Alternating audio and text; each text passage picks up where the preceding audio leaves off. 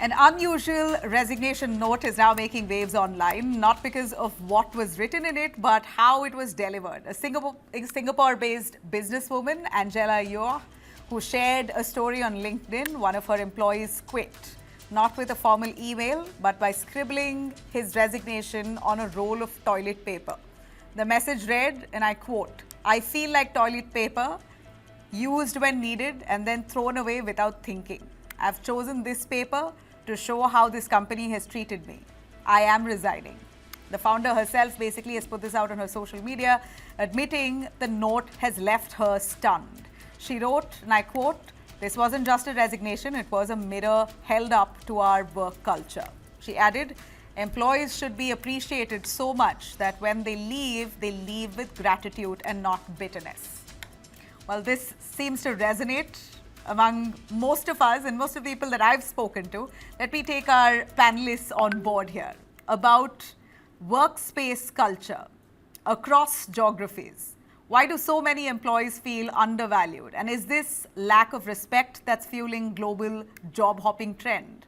Joining me tonight, Kiranpreet Kaur, one of LinkedIn's top global voices on talent acquisition. We also have Roshni Sondhi Abi, the lead clinical psychologist at Fortis National Mental Health Program.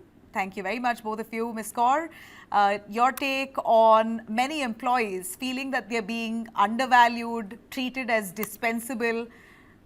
They don't feel like talent anymore, they feel like tools. And this is a classic example. Why do you think this happens?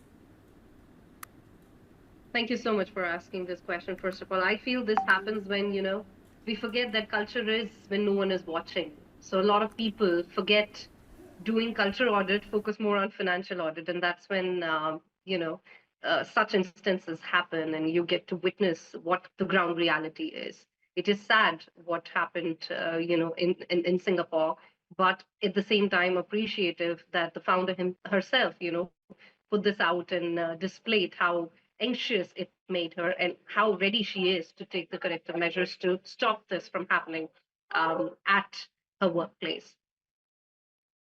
Roshni, how damaging can workplace neglect or poor recognition be to an employee's mental health? And how best we could better this situation as employers? I think regardless of what we see in the news, I mean, just look at the data even across the past few years. I mean, in 2019, it was WHO's data that said 15% of the working population have been estimated to have a mental disorder. So when we are talking of workplace-related stress and how it impacts us, the impact is massive. And the impact, I mean, we're having recent incidents coming up, and it's what's shocking for me is that the 60-70%, which means 3 in 4 people, still hesitate to reach out for help because of stigma, because of fear, because they're afraid of confidentiality. And I think that's where we need to bridge that gap and ensure affordability, accessibility. And I think, as rightly said, at least here, the organization and the leadership is recognizing that if this is the mirror, it's time for us to take a step and find a solution how we can invest in mental health for our employees. Dr. Kaur, we're seeing so many of them job switching so often. In your view, is that a sign of ambition or basically dissatisfaction? They just despise a place, they reach that saturation level so quickly. Well, to some extent, it is true that people now look forward to those businesses which are promising a culture where they feel inclusive, where they feel heard, where they feel that there is growth.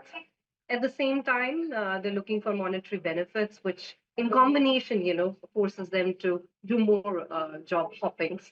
Um, Most likely, such instances occur more often when there's a lot of pressure at work and a lot of burnout signs which the manager and the leaders, forget to notice, because this is a tone that has to be set from top management, and then it comes down and flows throughout the organization. The sense of belongingness, I think, keeps the employee longer at a workplace. Roshni, on a final word, would you reckon feeling burnt out or disrespected at work? In your view, what's the healthiest way to cope or respond? I think the healthiest way is from both aspects for the organization to invest economically, time, energy to make a safe space to talk about mental health in the organization.